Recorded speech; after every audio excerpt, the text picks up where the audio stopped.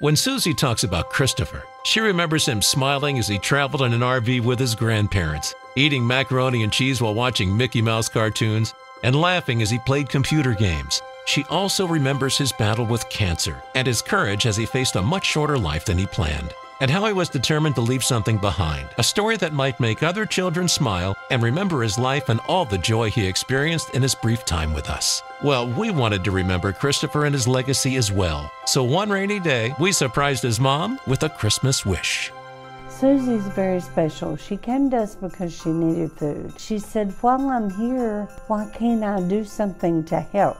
So she started working here, and she has made a huge difference. Oh my gosh, since she came here, I mean, she is like the parking lot guru. We have a young man that works the parking lot with her. He has autism, and she just relates to him so well. She's always positive. She has a very good attitude. She's just an amazing person. I try to live by the golden rule, treat others how you'd like to be treated. So I try to keep chaos to a minimum here and everybody be nice to each other. You give back and you get back somewhere along the line. So, let me get this straight. What was your name? Susie Shirley. Susie, it is the weirdest thing. I happen to have a letter. You do have my letter. I do have your letter. And Susie, you told us. You did have it. You I were did. silly. I did have it. I did have it. And it basically told us that you volunteer here at this food bank here in Terrell.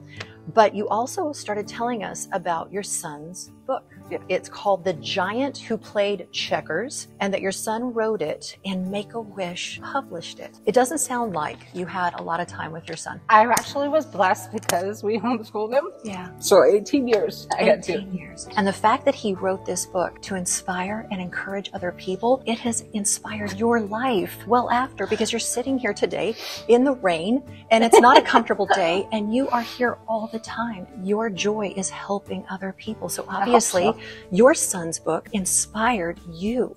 And his life inspired you, and that's a legacy. That's a legacy of love and giving. Legacy. And so we have something, it's a little box, and we wanted to surprise you with this. So if you would, take a look at this box and then open it up, and then would you tell us what's inside? Oh, it's a bunch of his books. It's a bunch of his books. A bunch of his books. When they published it, he wanted at least 300 copies to give to all the children in the hospital. Yeah. And that's what they did. And then they made it on Amazon and Barnes & Noble available for sale. My mother-in-law and I buy tons of them and just give them out to people. We love that idea. And that's why we've bought up almost every single copy we could get our hands on. And so, here he is. There he is. For Christmas Wish this year, people who visit Christmas Wish are going to receive your son's book in honor of him and your giving heart. This legacy of love and giving that you're doing, we are dedicating our Christmas Wish this year to you and your son. Beautiful. We just wanted to let you know that there are going to be children all over Dallas-Fort Worth that are going to be receiving this book and not even realizing the heart behind it, but we're going to make sure that we get that word out. And we're going to encourage our listeners to share this with other people and to tell your story.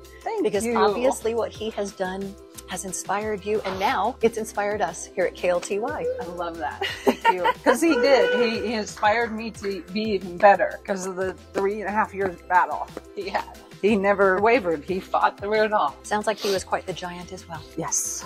As well. So, on behalf of all of us at 94.9 KLTY, Merry Christmas. Thank you. That is so beautiful.